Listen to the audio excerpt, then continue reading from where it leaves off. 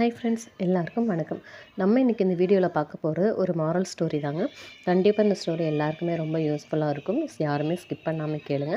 This video is sponsor by பைமோட் shop app. வாங்க நம்ம ஸ்டோரிக்குள்ளே போகலாம். அது ஒரு அழகான பௌர்ணமி இரவு. ஊரும் உறவும் உறங்கிக் கொண்டிருக்கின்ற நேரம், ஆதரவாய் வந்த அன்பு மனைவி யசோதரை, பிரியத்திற்குரிய மகன் ராகுலன் ஆகியோரின் பாசத்தை அவன் துறந்தான். ஆமாங்க, இவர் தான் நம்மளோட கதையின் நாயகன், இளவரசன். யாரும் அறியாமல் அரண்மனையை விட்டு வெளியேறினான் அந்த இளவரசன். தூங்கிக் கொண்டிருந்த தேரோட்டி சந்தகனை தட்டி எழுப்பினான். குதிரையை கொண்டு வருமாறு கட்டளையிட்டான் சித்தார்த்தன். வெறும் சித்தார்த்தன் அல்ல, அவன் இளவரசன். எப்படி மறுத்து பேச முடியும் ஒரு தேரோட்டியால்? கண்டகன் என்னும் குதிரையோடு அடுத்த கணம் வாசலில் வந்து நின்றான் அந்த தேரோட்டி சந்தகன். தேடலுக்கான பயணம் அந்த இரவில் தொடங்கியது. சூரியன் சோம்பல் முறித்து கண் விழிக்கின்ற காலை நேரம்.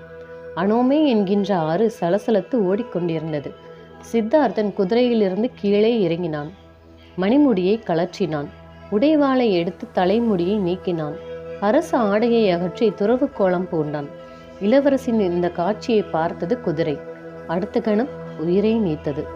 ஆம், சித்தார்த்தன் புத்தரானார். நம்ம இப்போ பார்க்க போகிறது புத்தரோட ஒரு சின்ன ஸ்டோரி தாங்க. இந்த பெருந்துறவு மகாபி நிஷ்கிரமணம் என்று அழைக்கப்படுகிறது. கௌதம புத்தர் மகா பரிநிர்வாணம் அடைந்த 2550 ஆண்டு நிறைவு கொண்டாடப்பட்டு விட்டது.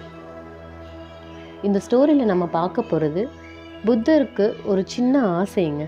ஸோ அந்த ஆசை என்ன அப்படின்றத நம்ம இதில் பார்க்க போகிறோம். எண்ணெயும் திரியும் எரிந்து தீர்ந்ததும் விளக்கு அணைந்துவிடும். விறகுகள் எரிந்து முடிந்ததும் நெருப்பு அணைந்துவிடும். அதுபோல் மன விருப்பங்களான ஆசையும் காமமும் அழியும் போது பிறப்பும் இருப்பும் அழிந்து விடுகின்றன.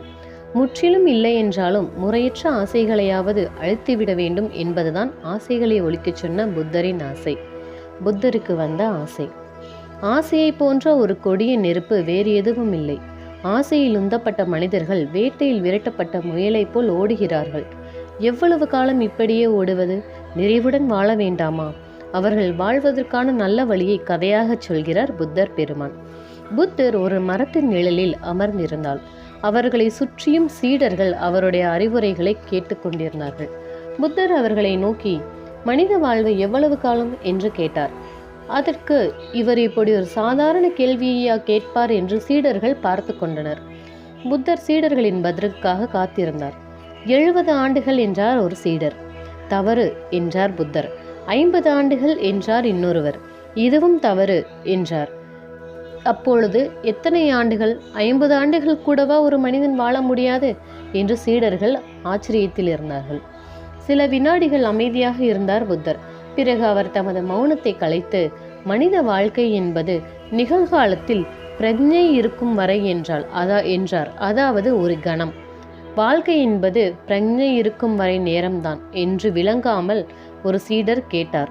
அப்படியல்ல, வாழ்வே ஒரு கணம் அன்று. ஆனால் ஒவ்வொரு கணமாக நாம் வாழ்க்கையை வாழ வேண்டும். ஒவ்வொரு கணப்பொழுதும் முழுமையாக வாழ வேண்டும் என்றார் புத்தர். மனிதருள் சிலர் நேற்றில் வாழ்கிறார்கள், அதாவது இறந்த காலத்தில். சிலர் அறியப்படாத எதிர்காலத்தில் கனவில் வாழ்கிறார்கள். அவர்கள் நிகழ்காலத்தை இழந்து விடுகிறார்கள். நடந்தவை பற்றியோ நடக்கப் போவதை பற்றியோ கவலைப்பட்டு கொண்டு காலத்தை கழிப்பதில் பொருள் இல்லை. நிகழ்காலம்தான் நம் கைவசம் உள்ளது. அதை புரிந்து கொண்டு வாழ்வதே வழியாகும் என்றார் புத்தர். இதுதாங்க இந்த ஸ்டோரி. ஸோ நம்மளோட லைஃப்பில் நம்ம எவ்வளோ ப்ராப்ளம்ஸை வேணால் நம்ம ஃபேஸ் பண்ணலாம். நல்லவங்களாக இருக்கலாம், கெட்டவங்களாக இருக்கலாம். பட் எதுவாக இருந்தாலும் ஒரு கட்டத்துக்கு மேலே நம்ம லைஃப்பை புரிஞ்சுக்கிட்டு பாஸ்ட் டென்ஸ் எல்லாமே நம்ம விட்டுட்டு ஃப்யூச்சரையுமே நம்ம விட்டுட்டு நம்ம ப்ரெசண்ட்டில் நிகழ்காலத்தில் வாழ்கிறது தாங்க நமக்கு நல்லது. ஏன்னா நமக்கு நடந்து முடிஞ்சதை யாருனாலையும் மாற்றவும் முடியாது, நடக்க போகிறத யாருனாலையும் பிடிச்சு வைக்கவும் முடியாதுங்க. ஸோ ப்ரெசண்ட்டில் நிகழ்காலத்தில் நம்ம எப்படி இருக்கோமோ அதை வச்சு தான் நம்மளோட லைஃப் அமையும். ஸோ எல்லாருக்கும் ரொம்பவே தேங்க்ஸ். இந்த ஸ்டோரியை யாருமே ஸ்கிப் பண்ணாமல் கேட்டதுக்காக. ஸோ இந்த சேனல் உங்களுக்கு பிடிச்சிருந்துச்சு அப்படின்னா இந்த வீடியோவை சப்ஸ்கிரைப் பண்ணிக்கோங்க, லைக் கொடுத்துக்கோங்க. ரொம்பவே தேங்க்ஸ். நெக்ஸ்ட் டைம் அடுத்து இதே மாதிரி ஒரு நல்ல வீடியோவில் பார்க்கலாம்.